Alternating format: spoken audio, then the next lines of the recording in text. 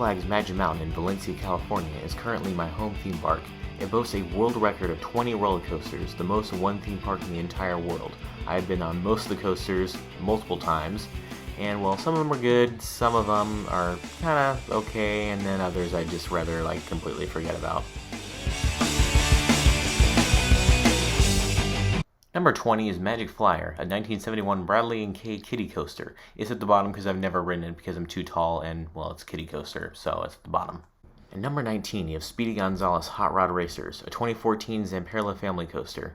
This is currently the newest of the 4 family coasters that are at Six Flags Magic Mountain. And this one is the bottom other than Magic Flyer. It's the bottom that I have currently been on. And number 18, you have Canyon Blaster, a 1999 E&F Myler family coaster. This one is also very tame, but it's a little bit more intense than Speedy Gonzalez, especially since you have the double bunny hop finale. This one would be good for the kids, but I'm 17 years old, so I don't ever ride this. I haven't ridden this since 2016. Coming in at number 17, you have Roadrunner Express, a 2011 Vekoma Junior coaster. This is by far the best layout out of any of the kiddie coasters at Six Flags Magic Mountain with all those swooping turns. It's still pretty tame, but is definitely the best kiddie coaster. At number 16, you have Gold Rusher, a 1971 Aerodynamics Mine Train coaster. This is the first coaster to be built at Six Flags Magic Mountain. It's pretty unique considering it uses the terrain to its advantage. It has 2 lift hills, lots of helixes, and it goes right under Superman Escape from Krypton late in the ride. The buzz bar restraints give you lots of freedom, but if you're sitting next to someone, you're more than likely to slam into them during one of the helixes. Overall, this is a nice, fun, tame mine train coaster. At number 15, you have Batman the Ride, a 1994 B&M inverted coaster. This is my least favorite B&M coaster, and I've even ridden Vortex at Carowinds. The reason I don't like this is because the Titan version, banging my head around, gives me serious headaches. Fortunately, it's a short ride, so I don't have to endure it for that long. At number 14, there's Scream, a 2003 B&M floorless coaster.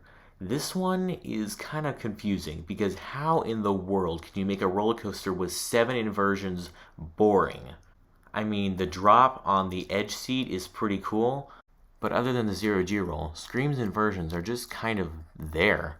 They don't pull any forces at all, and you just go through the corkscrews so slowly, you just don't feel anything from it. There's also a nasty rattle to the ride, and that always hinders the ride experience. At number 13, you have Superman Escape from Krypton, a 1997 Intamin reverse freefall coaster. This was the world's first roller coaster to hit 100 miles an hour and was the tallest roller coaster until Top Thrill Dragster opened in 2003. This is the most simple roller coaster I've ever ridden, considering it just launches, you go up a spike, and then you go back down and hit the brakes. It is very short, and I don't recommend getting in line for it if there's longer than 30-minute wait. Overall, this ride is pretty fun, but just pretty short. At number 12, you have Goliath, a 2000 Giovanola Hyper Twister coaster. Yes, I said Hyper Twister because this does not have lots of airtime unlike a traditional B&M Hyper coaster. This one is probably the most boring 200-foot coaster I've ever ridden, and many enthusiasts agree as well. The reason this ride is boring is because it has a very shallow drop. There's almost no airtime at all, and then you hit that buzzkill at the mid-course brake run before you slowly crawl into that dive turn or something, and then finally you get the most intense part of the ride, which is the helix, which just rips your face off. Overall, this ride is kind of lame. At number 11, you have the New Revolution Classic, a 1976 Schwarzkopf looping coaster. This is the world's first modern looping coaster, opening 1 week before Cedar Point's Corkscrew. It uses the terrain to its advantage, which you don't see very common with a lot of Schwarzkopf coasters. The thing I like the most about this roller coaster is that it's not just about the one inversion, unlike Cedar Point's Corkscrew, where it's all about the 3 inversions that are in the ride. It also uses the mountain to its advantage, going up and down the hill until you finally hit the brakes before you go down that long descending hill until you hit the vertical loop. After that, you'll still meander around the hill, even going inside the hill, and this is just a great overall Schwarzkopf terrain coaster. At number 10, you have Ninja, a 1988 aerodynamic suspended coaster. This one really surprised me the last time I rode it, because I was expecting, I've only ridden this once this year. It's probably for a good reason, but then I rode it again, I was like, dang, this ride's actually pretty fun, except for going up the lift hill at the end that leads to the station. Other than that, with the swooping turns and the swinging trains, this ride is just a lot of fun. At number 9, you have the Riddler's Revenge, a 1998 B&M stand-up coaster. This is the greatest stand-up coaster possibly ever built. It's at least the greatest one I've ridden, but I don't have a lot of competition, so I've only ridden this one and Vortex at Carowinds. The thing I love the most about this ride is those giant inversions that you can actually pull some forces on, and it's just a weird sensation when you're standing up. Also, the freakiest sensation is whenever you get airtime while standing up. That is scary. Overall, this is a very solid B&M. At number 8, you have West Coast Racers, a 2020 Premier Rides multi-launch Mobius loop coaster. Similar to Ninja, I wasn't a big fan of this for a while. Then I rode it again, I was like, yeah, that's actually a lot of fun. The main aspect of this ride is obviously the racing, and what's even better is that you get to ride both sides without even having to get off. This is probably the tamest launch at Magic Mountain, but overall, I still think it's a pretty fun Premier Rides launch coaster.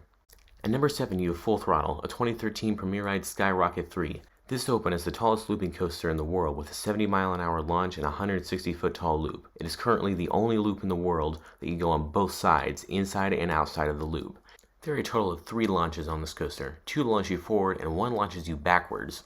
The hang time you get in the middle of the vertical loop is just incredible, and the air time you get when you launch over the top of that loop is also just incredible. This may be a short ride, but it is very sweet. At number 6, you have Apocalypse, a 2009 GCI wooden coaster. This is the only GCI Woody I've ever been on, and I gotta say, it's a pretty dang good one.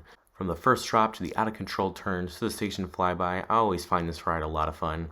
It isn't even that rough. I mean, there are some parts where it does feel like it's a little rough, but I mean, Six Flags always shuts this ride down to repair it. Other than the constant downtime to repair this ride and the restraints that can sometimes pinch my stomach, this ride is just a lot of fun. I don't have anything bad to say about it. At number 5, you have Wonder Woman Flight of Courage, a 2022 RMC Raptor coaster. This ride is pretty incredible. My favorite part of this whole ride is the first drop in the very back because man oh man, you get shot out of your seat and it's just incredible. Everything else about this ride is also incredible, from all the inversions, the air time, to just the overall pacing of the ride, except for the brake run towards the end of the ride. Overall, this is a pretty solid RMC Raptor. At number 4, you have Tatsu, a 2006 B&M flying coaster. This ride is actually pretty tame for the most part, except for that lift hill, which you just stare straight down into oblivion, thinking, oh my god, if these restraints go off, I'm dead. Well, that's basically how you feel the whole ride, because you're about 100 feet off the ground for most of the ride. And then there's the pretzel loop, the rip your face off, I'm going to try to kill you pretzel loop. There is no inversion I've ever felt more intense than this one. This is truly the greatest flying coaster you could probably ever experience, because it really feels like you're flying being this high off the ground. Okay, time to get some hate. At number 3, you have Viper, a 1990 Aerodynamics Mega Looping Coaster. Okay, now why I've heard a lot of people really don't like this coaster, and you'd probably think I'm insane for putting this in number 3. I used to be on the Viper hate train, but then I rode it in the back row this year, and I was like, you know what? This ride is actually very good. Aerodynamics knew what they were doing when they were building this, and they did not disappoint. It's no surprise that this is the last standing Aero Mega Looper. Now, since this ride is pretty unpopular, it's almost always a station wait, but I gotta say, this ride is just incredible, and people should just give it a second chance. And at number 2, you have Exu, a 2002 Aerodynamics multi-dimensional coaster. Of course, this one would have to be in the top 2 because holy crap, this is the craziest roller coaster ever. It is the craziest roller coaster I've ever ridden, and it probably will be the craziest roller coaster I've ever ridden, unless I, went to like China or Japan to ride the other multi-dimensional coasters.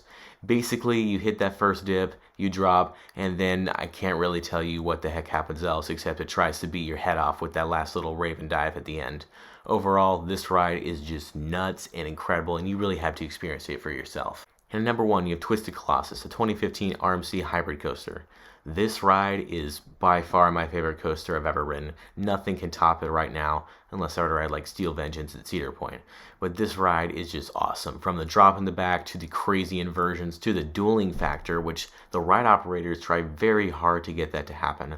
I was also able to ride the original Colossus just less than 2 weeks before it closed. I just gotta say, this ride is incredible with all the airtime, the inversions, the drops, the everything about the ride.